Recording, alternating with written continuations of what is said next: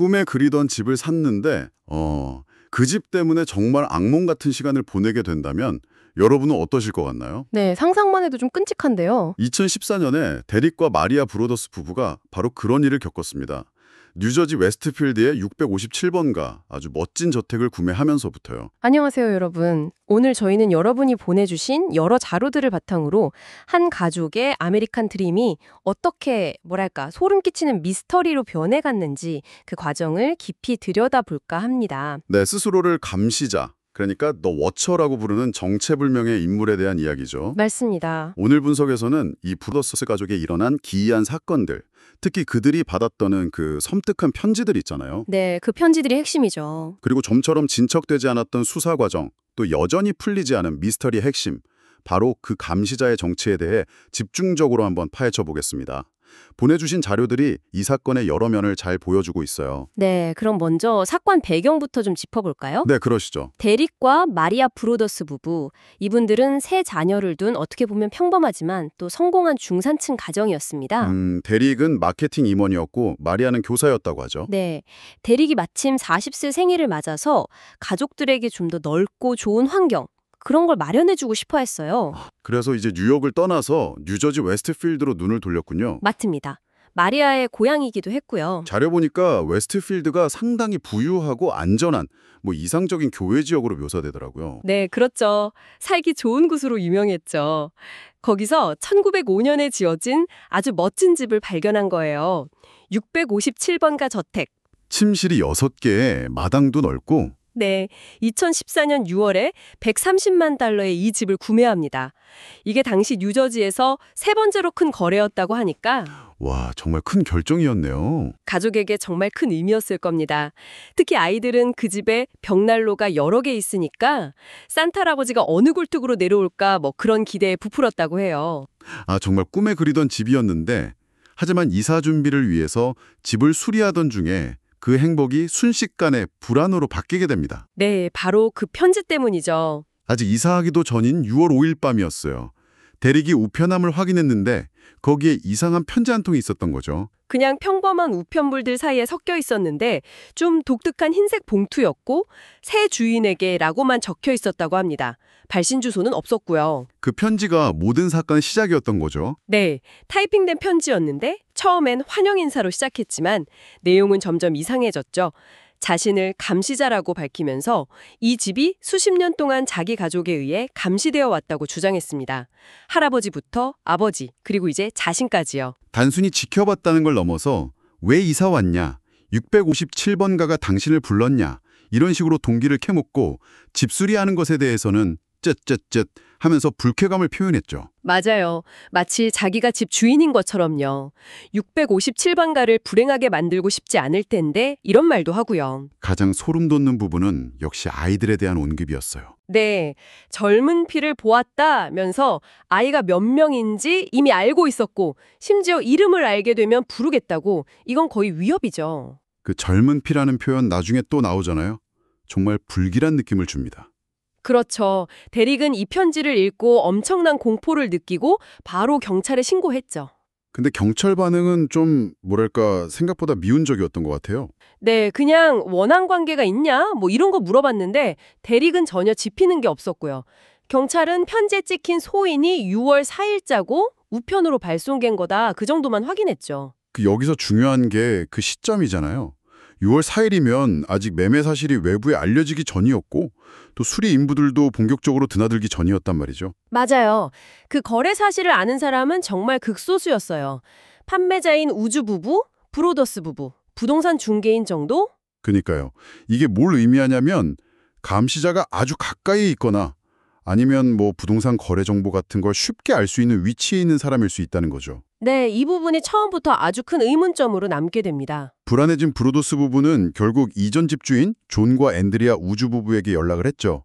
그분들은 23년이나 거기 살았다고 하던데요. 네, 근데 처음에는 우주 부부도 그런 편지 받은 적 없다고 딱 잘라 말했대요. 정말요? 네, 그러다가 앤드리아가 나중에 기억을 해낸 거죠. 이사 나가기 직전, 그러니까 5월쯤에 비슷한 편지를 딱 한 통 받았다는 거예요.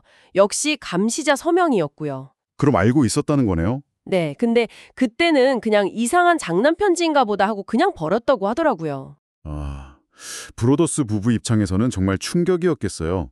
문제가 자기들 때문이 아닐 수도 있다는 거랑 또 우주부부가 그걸 미리 말해주지 않았다는 점 때문에요. 그렇죠. 경찰은 또 이웃들이 전부 용의자일 수 있으니 아무한테도 이 편지 얘기를 하지 말라고 조언했고요. 와, 정말 답답한 상황이네요. 꿈에 그리던 동네로 이사 왔는데 당장 주변 이웃부터 의심해야 한다니. 이때부터 가족들이 엄청 고립감을 느꼈을 것 같아요. 그 영향은 바로 나타났습니다. 대릭은 예정되어 있던 출장도 취소했고 마리아는 아이들이 잠깐 마당에서 노는 것조차 극도로 불안해했죠. 그 편지에 아이들을 내게 끌어당기겠다. 이런 끔찍한 말도 있었으니까요. 네, 그 말이 계속 귓가에 맴돌았겠죠. 그러다가 이웃이랑 좀 어색한 만남도 있었잖아요. 젊은 이웃 부인이 집 구경 와서 했던 말. 아, 네. 이 집에 젊은 피가 들어오니 좋겠네요 라고 했다는 거요. 네, 바로 그 젊은 피. 감시자가 편지에 썼던 그 단어랑 똑같은 말을 썼다는 거 아니에요. 정말 소름 끼쳐요. 우연일까요? 글쎄요. 우연이라고 하기엔 너무 섬뜩한 일치죠. 브로더스 부부는 단연히 엄청난 충격을 받았고요. 이런 상황에서 편집증이 안 생길 수가 없죠. 게다가 마당에 세워둔 공사 안내 표지판이 밤사이에 뽑혀서 던져져 있는 일까지 발생하니까. 네, 이제 감시자의 존재가 그냥 편지 속의 위협이 아니라 뭔가 물리적인 행동으로까지 이어지는 현실적인 공포가 된 거죠. 그리고 결국 올 것이 왔군요. 첫 번째 편지를 받은 지 불과 2주 뒤에 두 번째 편지가 도착했습니다. 네, 이번에는 봉투에 브로더스 부부 이름이 적혀 있었어요. 철자는 좀 틀렸지만요. 공포가 정말 일상이 되어가는 느낌이었겠네요. 두 번째 편지 내용은 훨씬 더 구체적이고 개인적인 정보들을 담고 있었습니다. 감시자는 이삿짐 옮기는 걸 봤다? 집에 어떤 변화는 마음에 든다? 뭐 이런 얘기를 하면서 벽 안에 무엇이 있는지 찾았냐고 묻기도 했죠. 마치 집의 비밀을 다 알고 있다는 듯이 말이죠. 정말 섬뜩한 건 아이들 이름을 다 알고 있었다는 거예요.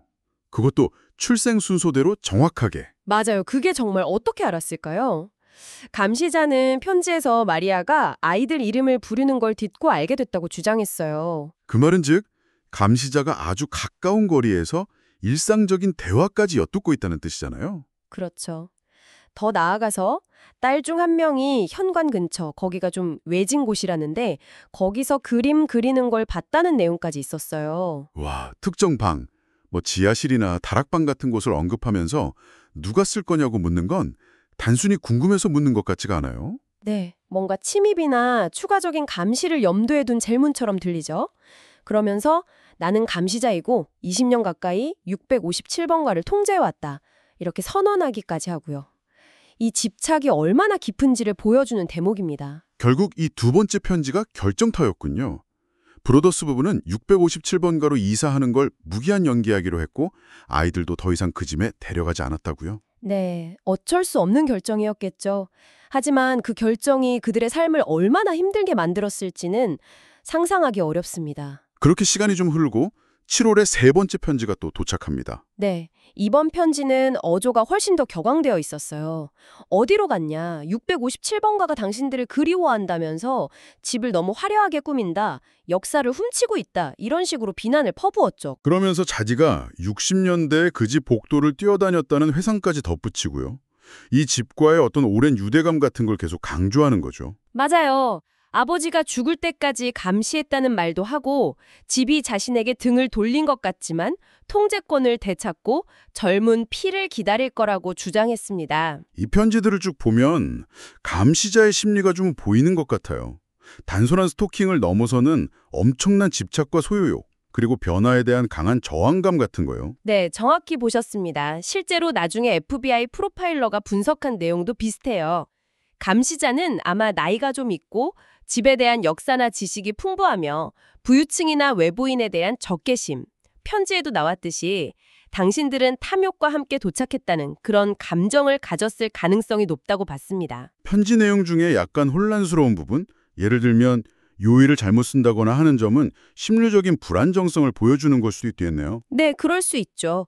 상당히 화가 나 있지만 직접적인 신체적 위협을 가할 유형은 아닐 수도 있다. 뭐 이런 분석도 있었고요. 결국 브로더스 가족은 원래 살던 집은 이미 팔아버렸고 네, 그래서 결국 마리아의 부모님 댁으로 들어가서 살게 됐죠. 꿈의 집은 저기 있는데 살 수는 없고 그런데도 모기지 대출금이랑 재산세, 유지비는 계속 내야 하면 정말 재정적으로도 엄청난 압박이었겠어요. 네, 100만 달러가 넘는 부동산에 대한 세금이니까요. 근데 사실 정신적인 피해가 훨씬 더 심각했습니다. 그렇죠. 극심한 스트레스 때문에 잠도 제대로 못 자고 부부싸움도 잦아지고 우울증까지 겪게 됐다고 해요. 부부 모두 상담 치료를 받아야 했고요. 마리아는 PTSD 진단까지 받았다고 하던데요. 밤에는 어떤 남자가 아이들을 부르는 악몽을 꾸고 낮에는 늘 누군가 지켜보는 것 같은 편집증에 시달렸다고요. 네, 정말 안식초가 되어야 할 집이 공포의 근원이 되어버린 그런 끔찍한 트라우마죠. 경찰 수사는 좀 진전이 있었나요? 용의자라도 좀 좁혀졌는지? 수사가 여러 방향으로 진행되긴 했는데 아시다시피 결정적인 증거를 찾지는 못했습니다. 처음에는 혹시 다른 잠재 구매자 중에 앙심을 품은 사람이 있나 조사했지만 없었고요. 계약자들도 마찬가지였고요. 편지가 뉴저지 키어니 배송센터, 그러니까 지역 우편물 처리하는 곳에서 발송됐다는 건 확인됐죠? 네, 그건 확인됐어요. 그래서 감시자가 아마 지역 주민일 가능성이 높다고 본 거죠. 딸이 현관에서 그림 그리는 걸 봤다는 내용도 그렇고요. 그래서 바로 옆집에 사는 랭포드 가족이 주요 용의선상에 올랐던 거고요. 60년대부터 쭉 살았고 좀 기이하다는 소문이 있던 가족. 맞습니다. 90대 노모 패기와 60대 자녀 마이클, 애비가 함께 살았는데 특히 아들 마이클이 좀 조현병 이력이 있단 말도 있었고 평소에 창밖으로 이웃집을 엿본다는 이야기 때문에 강력하게 의심받았죠. 경찰이 조사는 했나요? 네, 경찰이 마이클을 신문했는데 본인은 완강히 부인했고 직접적인 증거가 없으니까 경찰도 결국 용의선상에서 제외했어요. 브로더스 부부에게 걱정 말라고까지 했고요. 브로더스 부부는 답답했겠네요. 직접 뭐라도 해보려고 하지 않았을까요? 했죠. 몰래카메라도 설치하고 쌍안경으로 랭포드 가족 집을 감시하기도 했는데 아무것도 발견하지 못했어요. 심지어 랭포드 가족에게 당신들 때문에 집을 철거하겠다는 식의 도발적인 편지를 보내기도 했는데 아무 반응이 없었다고 합니다. 그럼 가장 기대됐을 법한 DNA 증거는요. 봉투에서 여성 DNA가 나왔다고 했잖아요. 네, 그게 정말 큰 기대주였죠. 편지 봉투를 핥아서 붙인 타액에서 여성 DNA가 검출됐거든요. 이게 나오면 잡을 수 있겠다 싶었을 텐데. 그런데요? 결과적으로 마리아나 이전 집주인 앤드리아 우즈의 DNA는 아니었어요. 그래서 가장 유력한 용의자로 떠올랐던 옆집 딸 애비 랭포드의 DNA를 대조해봤는데 그것도 아니었습니다. 불일치였어요. 그럼 그 DNA는 도대체 누구 걸까요?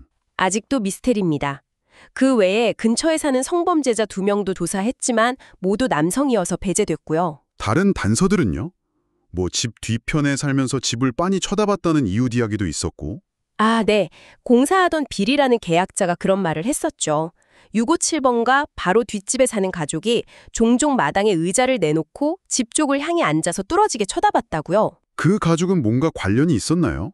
글쎄요, 그 가족도 47년이나 거기 살았고 딸이 657번가의 이전 거주자 중 한 명과 결혼한 적이 있다고는 하는데 그것만으로는 직접적인 증거가 되긴 어렵죠. 또 뭐 비디오 게임 캐릭터 이름이 감시자였던 젊은 남성 이야기도 있었잖아요. 네, 그것도 참 흥미로운 단서였죠. 경찰이 밤늦게 동네를 서성이는 차를 발견했는데 알고 보니 길 건너편에 사는 젊은 삼자의 여자친구 차였어요. 근데 그 여자친구가 자기 남자친구의 비디오 게임 캐릭터 이름 중에 감시자, 더 워처가 있다고 진술한 거죠. 그래서 그 남자는 어떻게 됐어요? 경찰이 조사를 하려고 했는데 약속을 2번이나 어기고 나타나지 않았어요. 결국 결정적인 증거 부족으로 그 건도 수사가 종결됐습니다. 정말 답답하게 계속 벽에 부딪히는 상황이었죠. 동네에는 물론이고 언론에도 알려지면서 감시자 집으로 완전히 낙인이 찍혀버렸거든요. 사겠다는 사람이 나타나도 감시자 이야기를 듣고는 다들 겁먹고 계약을 파기하고. 네, 그런 일이 계속 반복됐다고 합니다. 설상가상으로 브로더스 부부가 이전 집주인 우주 부부를 상대로 왜 편지 받은 사실을 알리지 않았냐며 소송을 제기했는데 그것마저 기각됐어요. 와, 정말 힘든 시간을 보냈네요.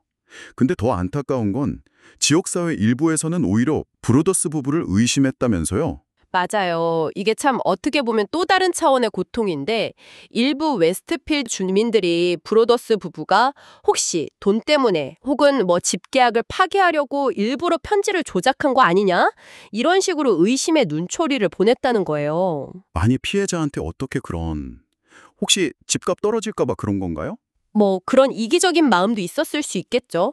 아무튼 피해자가 오히려 가해자로 몰리는 정말 억울한 상황까지 겪게 된 겁니다. 이 사건이 단순히 한 가족의 불행을 넘어서 공동체 내의 어떤 신뢰 문제나 공포, 심지어 이기심까지 보여주는 복잡한 사건이라는 생각이 드네요. 그렇죠.